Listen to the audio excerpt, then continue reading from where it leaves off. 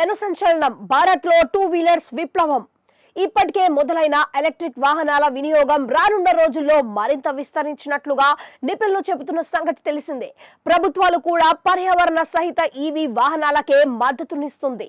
ఈ సమయంలో భారత్ లోని టూ వీలర్స్ విక్రయాల్లో సుమారు 65% వాటా ఉన్న ప్యూర్ ఈవీ మోటార్ సైకిల్స్ భారీ లక్ష్యాలే నిర్దేశించుకుంటుంది. అవును, ఎలక్ట్రిక్ టూ వీలర్స్ వెహికల్స్ విభాగంలో అగ్రగామి బ్రాండ్ అయిన ప్యూర్ ఈవీ 2025లో గణనీయమైన ప్రారంభం. పబ్లిక్ ఆఫరింగ్ ఐపీఓని ప్రారంభించేందుకు ప్రణాళికను ప్రకటించింది. ఈ క్రమంలో సంస్థ FAME సబ్సిడీలపై ఆధారపడకుండా నగదు చెల్లింపులకు సజావుగా నిర్వహించింది.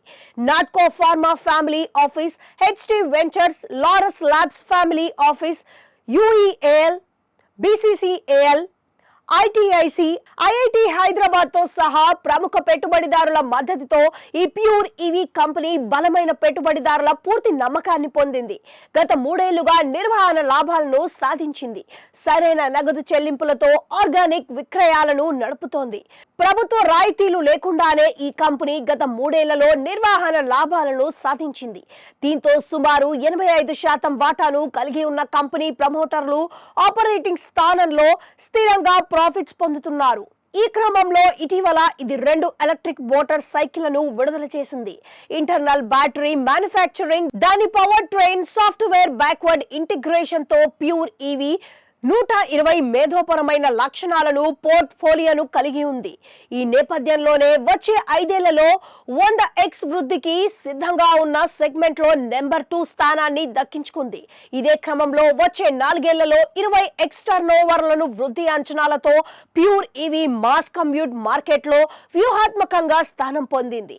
ఇక IIT హైదరాబాద్ తో ఇప్పటికే ఉన్న భాగస్వామ్యం, యూకేలోని కోవెంట్రీ నుంచి ఇంజనీరింగ్ సంస్థ PDSL తో 2026 ఆర్థిక సంవత్సరంలో సాలిడ్ స్టేట్ బ్యాటరీ టెక్నాలజీని ఉపయోగించి మరిన్ని అద్భుతమైన ఆవిష్కరణలు చేయబోతోంది.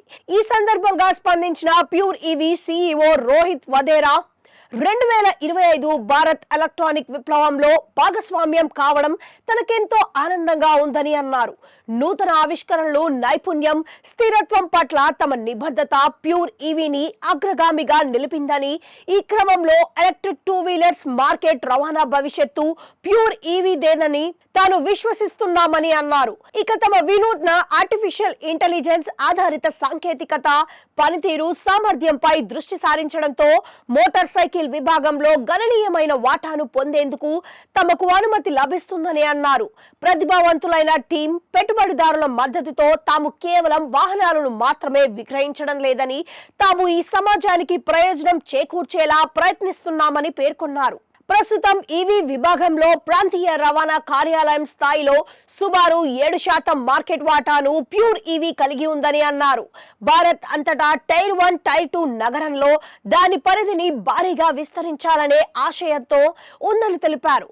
కంపెనీ ఇటీవల ప్రారంభించిన మోటార్ సైకిళ్లలో వృద్ధి చెందుతున్న మార్కెట్లో పెట్టుబడి పెట్టేందుకు ఇది ఉపయోగపడుతుందని అన్నారు. ఇది రాబోయే 5 ఏళ్లలో 100 రెట్లు విస్తరిస్తుందని అంచనా వేస్తున్నామని రోహిత్ వధేరా వివరించారు.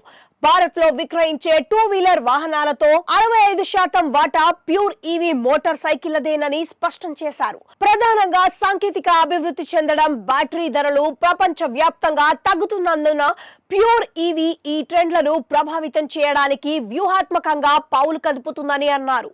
ఈ సమయంలో కంపెనీ వినూత్న ఆఫర్లు, దూకుడు మార్కెటింగ్, బ్రాండింగ్ వ్యూహంతో కలిపి దాని డీలర్ నెట్వర్క్ ను విస్తరించడానికి సిద్ధంగా ఉందని తెలిపారు. ఇదే క్రమంలో స్కూటర్లు, మోటార్ సైకిళ్ల అమ్మకాలకు వేగవంతం చేస్తామని తెలిపారు.